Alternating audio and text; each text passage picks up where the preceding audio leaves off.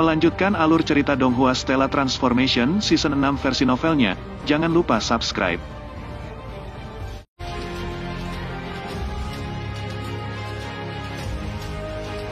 Jiang Lan berseri-seri dengan senyum ceria.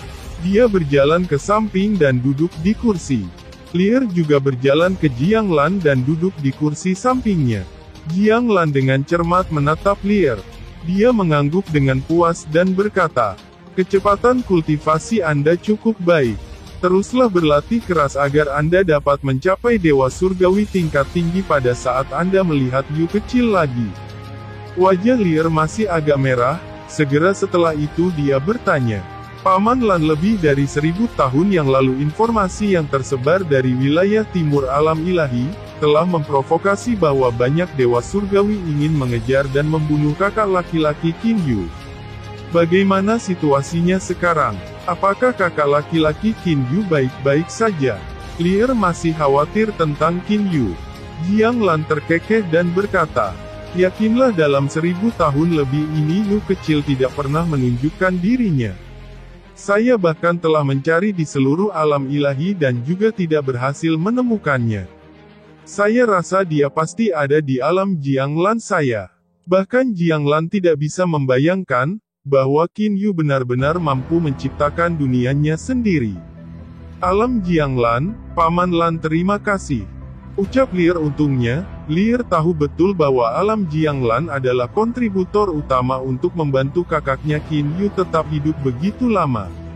Selanjutnya dia juga tahu tentang pentingnya alam Jiang Lan bagi Paman Lan. Bagaimana mungkin Lear tidak berterima kasih pada Paman Lan yang memberikan harta karun spiritual nenek yang diperoleh pertamanya kepada Qin Yu? Jiang Lan menggelengkan kepalanya dan berkata, "Baiklah, mari kita tidak membicarakan hal ini lagi. Anda harus tahu bahwa dengan kekuatan saya, sangat tidak mungkin bagi saya untuk menggunakan alam Jiang Lan. Hanya jika perang besar sejati dari alam ilahi terjadi, saya akan dipaksa untuk menggunakan alam Jiang Lan." Lear merenung sejenak dan kemudian berkata, "Sekitar 300 tahun yang lalu. Saat itu Paman Lan Anda kebetulan tidak berada di kota salju terapung. Ayah kekaisaran saya melakukan obrolan dari hati ke hati dengan saya." Lear memiliki ekspresi ketidakberdayaan di wajahnya. Jika ayah kekaisaran memaksanya untuk menikahi seseorang, maka Lear lebih baik mati daripada tunduk. Dalam situasi seperti itu tidak ada yang bisa dilakukan oleh ayah kekaisarannya padanya. Namun ketika ayah kekaisarannya melakukan obrolan dari hati ke hati dengannya, hal ini malah membuatnya merasa tidak berdaya. Kakak masih belum menyerah. 2 aliran udara ditembakkan dari lubang hidung Jiang Lan. "Lear, bagaimana dengan ini? Mulai hari ini saya akan meninggalkan klon di rumah kayu. Aku akan melihat apakah kakak laki-lakiku akan datang lagi." Lear segera merasakan ledakan relaksasi. Ada 3 dewa agung di kota salju terapung wilayah utara. Di antara mereka Kaisar Sage Utara terbesar dan God King rumah kayu telah mencapai level God King sangat lama. Keduanya memiliki kekuatan terkuat. Jika dibandingkan dengan God King lainnya dari kota salju terapung, God King hati surga kekuatan mereka jauh lebih besar daripada miliknya. Lear tahu betul bahwa sementara ayah kekaisarannya mungkin tidak memberikan wajah kepada God King hati surga, dia tidak akan benar-benar bertarung dengan Paman Lan. Ini terutama karena ayah kekaisarannya masih berhutang pada Paman Lan. Baiklah Lear, kamu bisa menenangkan pikiranmu dan terus tinggal di sini. Anda tidak perlu menyibukkan diri dengan masalah lain." Jiang Lan berdiri. Lear juga segera berdiri untuk melihat Jiang Lan pergi. Jiang Lan tersenyum riang dan kemudian keluar dari paviliun. Dia menuruni tangga dan pergi. Yang Mulia, Chu Ji dan Ji Sao, 2 pelayan yang telah mengikuti Jiang Lan untuk waktu yang lama, mengikuti di belakang Jiang Lan. Jiang Lan masih memiliki adegan pelatihan Lear dengan tenang di benaknya. Lear terlihat persis seperti dia saat dia berlatih. Setelah memikirkan ini, Jiang Lan merasakan ledakan sakit hati. Bahkan sekarang Jiang Lan tidak dapat melupakan sosok yang telah jatuh dari langit. Dua air mata yang paling berkilau tembus cahaya dan menyilaukan yang mengalir di wajahnya dan senyuman menyedihkan yang masih dia miliki di wajah cantiknya yang indah sebelum kematiannya. Adegan itu selamanya terukir di jiwa Jiang Lan. Selamanya dia tidak akan pernah melupakannya. Amei, kamu telah memilih Leer dan Yu kecil. Jadi saya akan menggunakan hidup saya untuk melindungi mereka, kata Jiang Lan dengan tegas. Wilayah timur dari alam ilahi, di dalam kota Yuqi. Ketika tirai gelap malam kota Yuqi. Menurut aturan kota Yuqi pada malam hari tidak ada yang diizinkan berjalan di jalanan. Di sebagian besar lokasi di kota Yuqi ketenangan kembali terjadi. Namun ada keberadaan istimewa dan ada beberapa tempat khusus. The Petty Fragrant Building adalah tempat yang sangat ramai di kota Yuqi. Apalagi di malam hari tempat ini akan terang benderang. Tidak ada tentara yang datang ke sini untuk menyelidiki. Itu karena mereka yang bisa masuk ke gedung wangi kasihan memiliki status atau kekayaan. Pada hari tertentu selalu ada orang-orang dari eselon atas kota Yuqi berkumpul di sini. The Petty Fragrant Building menempati wilayah yang sangat luas. Di dalamnya ada banyak area berbeda. Di dalam aula penyambutan tamu gedung fragmen kasihan. Aula penyambutan tamu adalah aula terbesar di seluruh gedung fragmen PT. Namun tidak banyak kursi di aula penyambutan tamu. Hanya ada total 24 kursi. Seseorang harus menghabiskan sejumlah besar batu spiritual ilahi agar memenuhi syarat untuk duduk di salah satu kursi itu. Pada saat ini di aula penyambutan tamu ada 18 wanita mengenakan gaun kasa yang sangat tipis sambil menari tarian khusus. Gaun kasa yang dikenakan oleh 18 wanita ini sangat tipis sehingga orang bisa melihat menembus tubuh telanjang mereka. Namun tarian yang ditarikan oleh 18 gadis ini memberikan rasa relaksasi.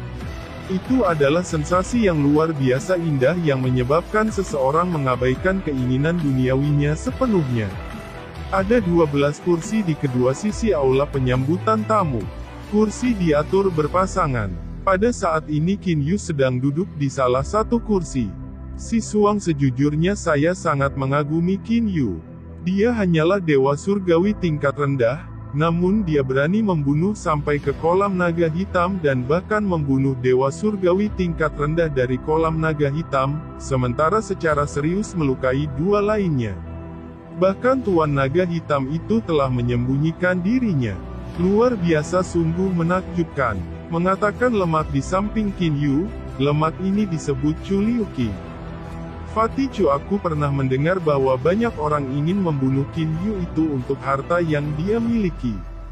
Qin Yu telah menyelidiki rumor di kota Yuqi untuk beberapa waktu sekarang dan telah menemukan bahwa sebenarnya ada banyak versi rumor yang berbeda. Harta karun. Mata hitam kecil Fatih Chu yang tersembunyi melirik ke arah wanita cantik yang menari di hadapannya.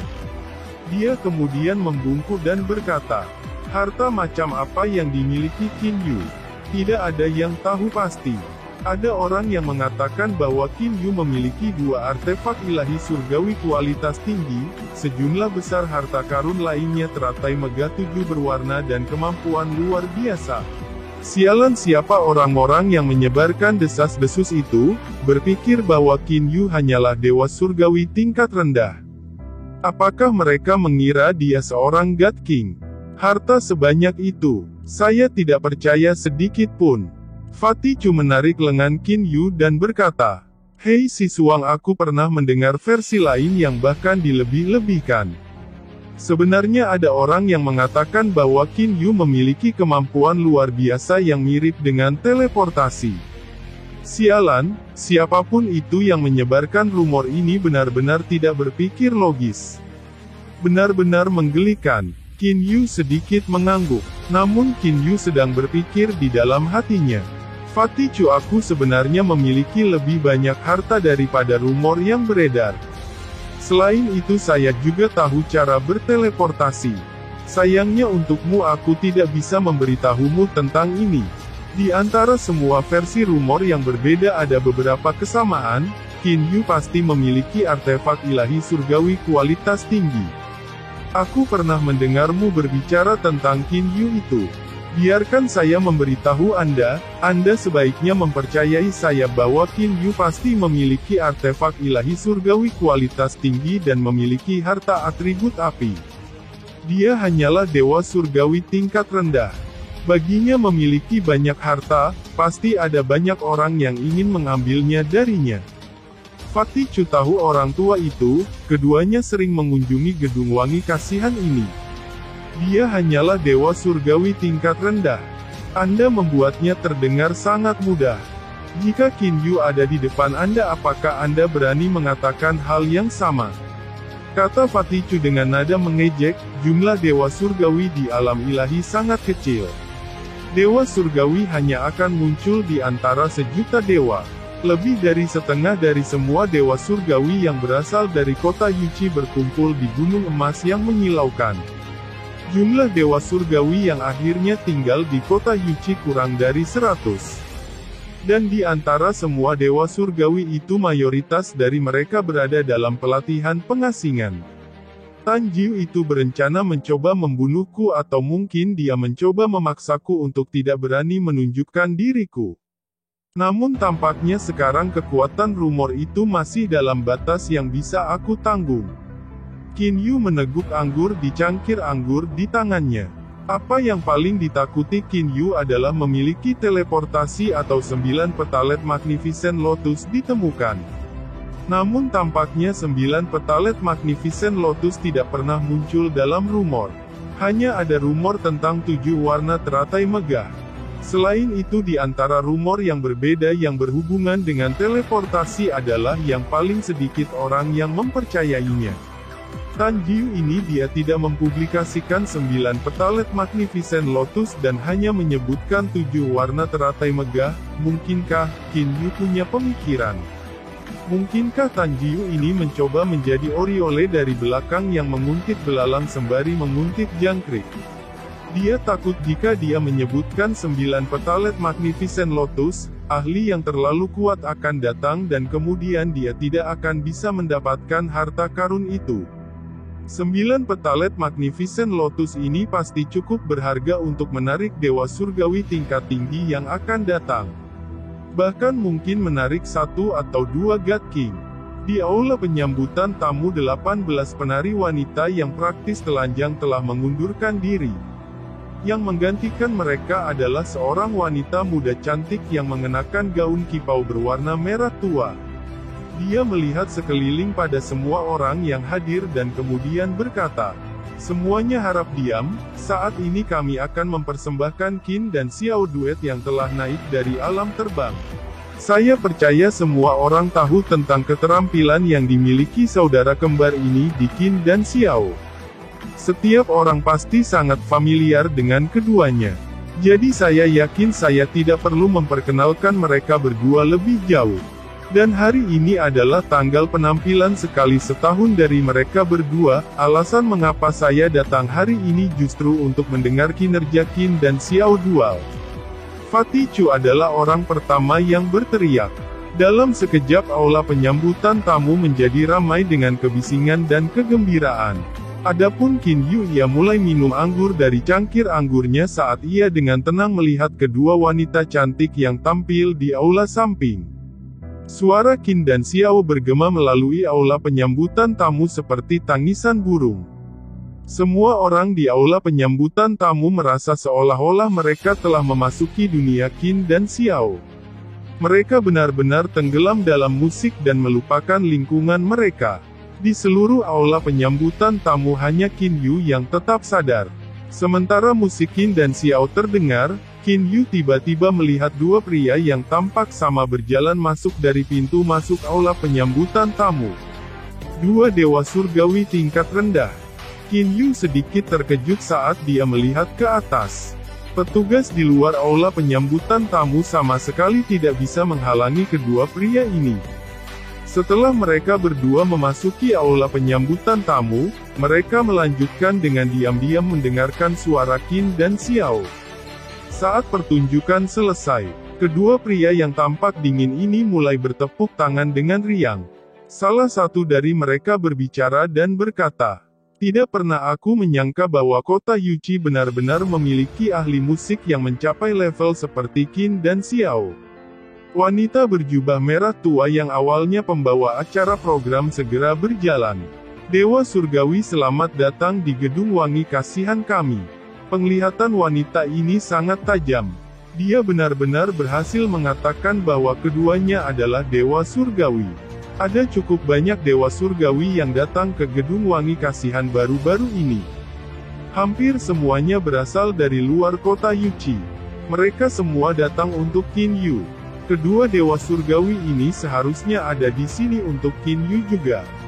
Kata Fatichu ke Qin Yu dengan suara rendah sambil tersenyum. Alis Qin Yu terangkat, tampaknya banyak orang menganggapnya sebagai dewa surgawi tingkat rendah yang mudah diintimidasi. Saya pernah mendengar bahwa paviliun bernomor surga di gedung wangi kasihan Anda cukup terkenal. Siapkan 2 paviliun bernomor surga untuk kita 2 bersaudara. Dengan bangga mengatakan dewa surgawi tingkat rendah di antara keduanya. Wanita manis dan menawan berjubah merah itu segera berkata, Dewa surgawi gedung wangi kasihan kami hanya memiliki total 3 paviliun bernomor surga. Adapun 3 paviliun bernomor surga ini mereka telah disewa oleh 3 dewa surgawi lainnya, selama beberapa ratus tahun. Bahkan banyak dari paviliun bernomor bumi yang disewa oleh dewa surgawi. Pergi dan beritahu mereka bahwa kita adalah Wu Clan Brothers. Saya yakin mereka akan tahu apa yang harus dilakukan nanti, kata salah satu pria dengan bangga. Wanita berjubah merah tua itu merendahkan suaranya dan berkata, Dewa surgawi 3 dewa-dewa surgawi yang telah menyewa 3 paviliun bernomor surga 2 di antaranya adalah dewa surgawi tingkat menengah. Adapun yang lainnya dia adalah bos dari 2 dewa surgawi. Kedua Wu Clan Brothers ini langsung terkejut. Qin Yu tidak bisa menahan diri dari cemberut. Mereka semua datang untukku. 2 dewa surgawi yang tinggal di paviliun bernomor surga, 2 di antaranya adalah dewa surgawi tingkat menengah dan yang lainnya dapatkah dia menjadi dewa surgawi tingkat tinggi? Jika itu adalah dewa surgawi tingkat tinggi itu juga akan sulit bagi Qin Yu untuk menanganinya. Wu Clan Brothers yang awalnya sangat angkuh dan suram, setelah mendengar bahwa 3 paviliun bernomor surga disewakan oleh dewa surgawi dengan yang terlemah adalah dewa surgawi tingkat menengah segera tidak lagi berani bertindak sombong. Jika dewa surgawi tingkat rendah ingin bersaing dengan dewa surgawi tingkat menengah tanpa senjata, mereka praktis mendekati kematian. Lord Heavenly Deities, apakah kalian berdua sudah selesai memutuskan di mana harus tinggal? Kata wanita berbaju merah tua yang menawan dengan suara lembut. Sepasang matanya yang cerah dan cerdas menatap 2 orang di hadapannya. Dan pada saat ini orang-orang lain di aula penyambutan tamu termasuk Chu Liu Qing yang gemuk dan Qin Yu di bawah nama samarannya Si Suang semuanya melihat kedua dewa surgawi ini. Ekspresi Wu Clan Brothers tumbuh sedikit tidak sedap dipandang setelah diawasi oleh sekelompok orang ini. Wajah mereka bahkan menjadi agak pucat dan keunguan. Bagaimanapun sikap mereka sebelumnya agak terlalu sombong. Dan sekarang sulit bagi mereka untuk mundur. Kakak, mari kita tetap di paviliun bernomor bumi. Ekspresi Wu Liu tidak sedap dipandang. Dia melihat ke kakak laki-lakinya dan berkata kepadanya melalui transmisi suara kesadaran ilahi, Wu Gang mengangguk. Dia kemudian melihat orang-orang di dalam paviliun penyambutan tamu dengan tatapan tajam. Fatichu dan mereka sangat ketakutan sehingga mereka segera mulai tersenyum. Baru setelah itu Wu Gan menjadi puas. Dia kemudian melihat ke wanita berjubah merah, dengan suara dingin katanya. Siapkan 2 paviliun bernomor bumi untuk kita. Selain itu para pelayan yang akan melayani kita, jika mereka tidak bisa menyenangkan kita jangan salahkan kita karena telah mencabik-cabik mereka. Wanita berjubah merah itu segera menunjukkan senyuman manis dan berkata, Dewa surgawi Tuan dapat yakin. Mereka pasti akan menyenangkan yang mulia. Wu Gan dengan dingin membungkuk. Dia kemudian berjalan keluar dari aula penyambutan tamu bersama dengan Wu Liu. Setelah Wuklan Brothers meninggalkan aula penyambutan tamu yang berada di bawah suasana yang menindas langsung menjadi ramai dengan kebisingan. Semua orang di aula penyambutan tamu mulai mengobrol tentang dua dewa surgawi dari sebelumnya. Kemudian mereka juga mulai mengobrol tentang dewa surgawi lainnya yang tinggal di Gedung Wangi Kasihan. Qin Yu itu pasti takut pada semua dewa surgawi yang berkumpul di kota Yuqi untuk membunuhnya. Itu pasti alasan mengapa dia tidak menunjukkan dirinya selama lebih dari 1000 tahun. Topik percakapan dari guest welcoming hall beralih ke Qin Yu. Qin Yu sendiri hanya bisa tersenyum tak berdaya. Saya takut pada orang lain. Selama 1800 tahun terakhir ini, saya sama sekali tidak tahu apa yang terjadi di luar. Qin Yu menghela nafas dalam hatinya. Kalian semua harus berhenti memotong dan berkicau di sini. Qin Yu berhasil menciptakan ketenaran untuk dirinya sendiri di Black Dragon Pool dan telah menunjukkan bahwa dewa surgawi tingkat rendah biasa tidak cocok untuknya. Jika dia tidak memiliki keterampilan dan trik, bagaimana mungkin dia berani melakukan hal seperti itu? Kalian semua harus menunggu Qin Yu muncul karena itu pasti akan menjadi pertunjukan yang bagus. Kata Fatih Chu sambil menggelengkan kepalanya. Saat dia terus berbicara, dia berdiri. Baiklah semuanya, kalian semua bisa terus mengobrol di sini. Adapun saya akan pergi ke paviliun saya untuk beristirahat. Fatih Chu menangkupkan tangannya ke semua orang yang hadir. Si Suang, ayo pergi. Kita akan pergi istirahat bersama. Kata Fatih Chu ke Qin Yu di sampingnya. Dia kemudian mencoba menarik Qin Yu untuk meninggalkan aula penyambutan tamu. Qin Yu menggerakkan tangannya dan menghindari tarikan itu. Dia berdiri dan berkata dengan senyum ringan. Fatih Chu, kita bisa berjalan bersama. Tidak banyak bangunan paviliun bernomor bumi. Pada saat Qin Yu dan Chu Liuqing check-in ke Gedung Wangi Kasihan, kebetulan hanya ada 2 bangunan paviliun bernomor bumi yang tersisa. Ini menyebabkan Chu Liuqing menjadi ceria tanpa henti. Para pelayan di bangunan paviliun bernomor manusia jika dibandingkan dengan para pelayan dari bangunan paviliun bernomor bumi, 2 dunia yang berbeda. Si Suang, gedung ini milikku dan gedung itu milikmu. Kita akan bertemu lagi besok, kata Fatih Chu sambil berjalan menuju pavilionnya. Masing-masing dan setiap wanita itu cukup cantik untuk mempermalukan suatu bangsa. Qin Yu berpikir dalam hatinya. Dia kemudian melanjutkan untuk berjalan menuju gedung pavilionnya sendiri. Setelah mencapai tingkat dewa, seseorang dapat mengubah penampilan sesuka hati. Dengan demikian bahkan para pelayan di Men Numberet Pavilions memiliki penampilan yang jauh melampaui apa yang disebut keindahan nasional dari alam fana. Qin Yu melihat 2 pelayan cantik dengan kulit seperti bayi. Kedua pelayan itu berjalan keluar dari pintu masuk paviliun dengan satu di kiri dan yang lainnya di kanan. Dengan suara lembut mereka menyapa Qin Yu. Yang mulia, suara mereka seperti suara anak kucing. Mendengar suara mereka saja sudah membuat sensasi nyaman. Pantas saja Fatih Chu dan mereka sering mengunjungi tempat ini. Qin Yu tersenyum ringan, dia kemudian dengan santai masuk ke paviliun. Kedua pelayan sudah berada di luar pintu Qin Yu. Dengan suara lembut mereka menyapanya. Yang mulia, mohon izinkan kami untuk mempersiapkan Anda. Tidak perlu, kalian berdua bisa istirahat. Aku masih punya urusan penting untuk diurus. Qin Yu benar-benar memiliki masalah yang harus dia atasi. Dengan demikian kedua pelayan itu hanya bisa melihat Qin Yu meninggalkan tempat itu. Qin Yu telah memutuskan di dalam hatinya, karena rumor telah menyebar melalui alam ilahi dan telah menyebabkan banyak dewa surgawi menyebabkan masalah bagi saya juga tidak dapat terus menyembunyikan diri. Karena mereka ingin membuat masalah bagi saya harus menerima tantangan mereka. Ketika Qin Yu keluar dari Gedung Wangi Kasihan, dia benar-benar melihat Wu Gang dan Wu Liu di jalan di depannya. Wu Gang dan Wu Liu baru tiba di kota Yuqi kemarin.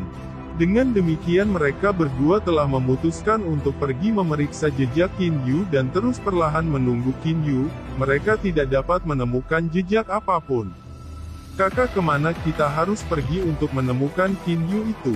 Wu Liu bertanya. Wu Gang sudah memikirkan masalah ini sebelumnya. Dia tersenyum dan berkata, kakak kedua, menurut perkiraan saya bahwa Qin Yu bersembunyi di wilayah sekitar Gunung Bewichiyu atau telah meninggalkan jangkauan wilayah kota Yuchi. Wu Liu sedikit bingung dengan penilaian kakak laki-lakinya. Wu Gang menunjukkan ekspresi percaya diri. Jika dia berani mengambil niat membunuh dari semua dewa surgawi ini, maka dia tidak akan melarikan diri dan secara alami akan tetap berada di sekitar markas lamanya. Jika dia takut, maka setelah lebih dari 1000 tahun dia pasti sudah meninggalkan wilayah kota Yuchi. Wu Liu mengangguk. Kakak kedua, kita pasti harus berhati-hati saat mencoba membunuh Qin Yu. Meskipun kami berdua adalah puncak dewa surgawi tingkat rendah dan tidak pernah kalah dari dewa surgawi tingkat rendah, ketika kita bergandengan tangan, Qin Yu ini memiliki artefak ilahi surgawi berkualitas tinggi. Kami tidak bisa ceroboh. Kakak, kamu bisa yakin, saya sangat menyadari hal ini. Ekspresi Wu Liu berubah serius. Segera setelah itu Wu Liu dan Wu Gang meninggalkan kota Yuchi dan maju menuju ke arah Gunung Bewichiyu. Saat Wu Liu dan Wu Gang masih dalam perjalanan, Qin Yu telah tiba di kawasan hutan belantara di samping Gunung Bewichiyu. Tentu saja Qin Yu telah menggunakan teleportasinya untuk tiba di sana. Setelah 1800 tahun lebih, Gunung Bewichiyu yang telah dibakar sudah memiliki bunga tanaman dan pohon baru yang tumbuh. Namun kebakaran gunung yang sangat besar di masa lalu menyebabkan perubahan struktur Gunung Bewichiyu. Itu bahkan telah menciptakan air terjun yang sangat besar. Saat itu Mount Bewichiyu dihancurkan oleh api. Hari ini saya akan sekali lagi menempati gunung penyihir dan menyapa para tamu yang datang dari seluruh alam ilahi. Saya rasa kelompok tamu ini akan segera tiba. Qin Yu memiliki senyum di wajahnya. Berdiri di udara, Qin Yu langsung terbang ke Danau Alpine di atas Gunung Bewichiyu. Danau Alpine ini juga terbentuk setelah perubahan mendadak Gunung Bewichiyu. Qin Yu membuat rumah kayu di samping Danau Alpine ini. Tidak mudah bertarung denganku, Anda harus terlebih dahulu bisa melewati susunan formasi saya. Qin Yu berdiri di atas pohon besar di samping Danau Alpine. Dia melihat ke sekelilingnya. Qin Yu memiliki sedikit senyum di wajahnya. Seharusnya cukup menggunakan susunan formasi untuk mengurus dewa surgawi tingkat rendah biasa. Hanya para ahli yang akan meminta saya secara pribadi untuk mengurus mereka. Saya sekarang sudah dapat mengatur arai formasi level 4. Bahkan jika dewa surgawi tingkat menengah muncul, susunan formasi tingkat 4 saya seharusnya dapat menjebak mereka untuk beberapa waktu. Qin Yu segera mulai duduk bersila di atas pohon. Dia sudah mulai mengatur susunan formasi yang bagus. Tepat setelah Qin Yu menyiapkan arai perangkap tingkat 3 yang sangat besar di sekitar Gunung Bewichiyu, Wu Clan Brothers tiba. Tuan, mereka telah datang, kata Paman Fu dengan hormat. One Aura Amplification Arai Paman Fu memiliki kemampuan untuk mendeteksi yang lebih besar daripada dewa surgawi biasa.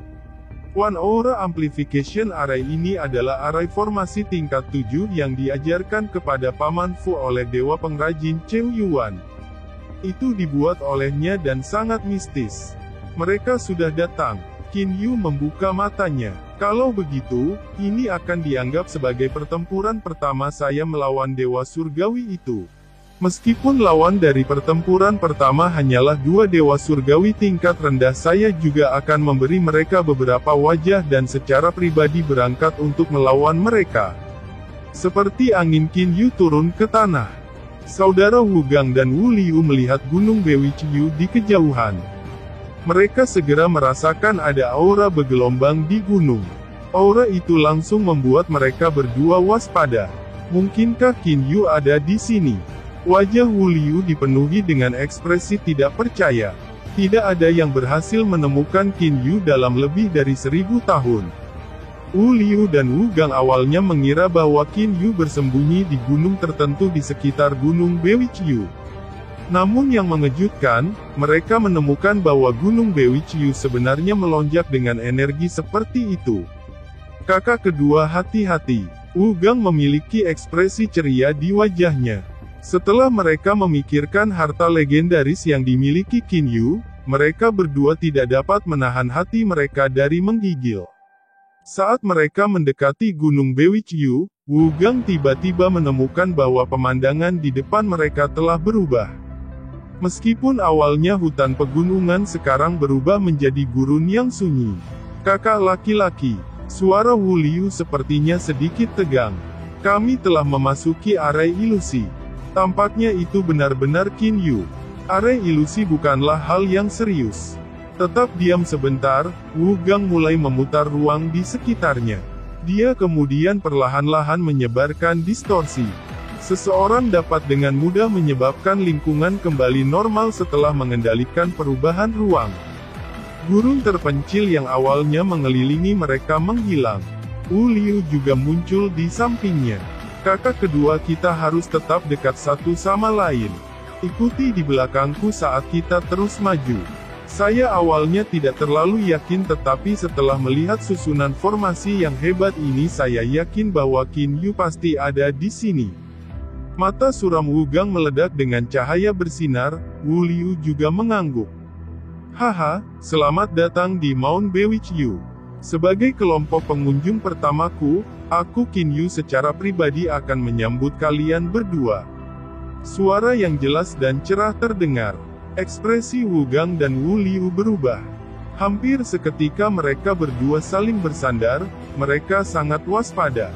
Dewa surgawi tingkat rendah tidak memiliki kendali ruang yang sangat kuat. Jadi kisaran distorsi spasialnya juga tidak terlalu besar. Tepat ketika Wu Clan Brothers sedang berjaga-jaga, bang! Siluet pedang merah tiba-tiba muncul dari jarak lebih dari 10 meter. Siluet pedang muncul terlalu tiba-tiba dan sangat cepat. Pada saat kedua bersaudara itu berhasil menemukannya mereka hanya bisa mengeluarkan pedang melengkung mereka dan melanjutkan untuk memblokir pedang yang masuk bersama satu sama lain. Setelah memblokir pedang merah untuk waktu yang singkat siluet pedang merah memotong dua bilah melengkung menjadi dua. Artefak ilahi surgawi kualitas rendah tidak dapat bertahan melawan artefak ilahi kualitas tinggi dengan karakteristik khusus ketajaman. Wu Liu dan Wu Gang langsung dipotong menjadi dua. Ah, tunjukkan dirimu! Wu Gang berteriak, Wu Liu juga diliputi amarah. Pada saat yang sama mereka mulai mengadu pelet emas darah giok mereka untuk mereformasi tubuh mereka. Siluet pedang merah tua yang cemerlang sekali lagi memenuhi seluruh pandangan kedua orang itu. Wu Gang dan Wu Liu tidak memiliki kekuatan untuk melawan sama sekali. Hanya saja semua siluet pedang ini horizontal. Mereka terus memukuli tubuh keduanya beberapa ratus kali dan menyebabkan keduanya terus-menerus memuntahkan darah. Bahkan jiwa baru lahir mereka gemetar. Pada saat yang sama seorang pemuda berpakaian hitam muncul. Qin Yu akhirnya menunjukkan dirinya sendiri. Hanya pada saat ini baik Wu Liu maupun Wu Gang tidak memiliki kekuatan sedikit pun untuk melawan. Qin Yu mengangkat tangan kirinya. Sebuah pagoda batu muncul di telapak tangannya. Pagoda batu ditembakkan. Itu terbang mengikuti angin dan kemudian mulai tumbuh. Dalam sekejap itu menjadi luar biasa. Wu Liu dan Wu Gang yang awalnya terluka parah mulai merasa mengantuk setelah diserang oleh serangan jiwa dari God Ceiling Pagoda. Qin Yu muncul di belakang mereka. Dia mengucapkan sepatah kata kepada dua bersaudara itu, menyerap. Terima kasih sudah menonton. Lanjut di video selanjutnya, jangan lupa subscribe.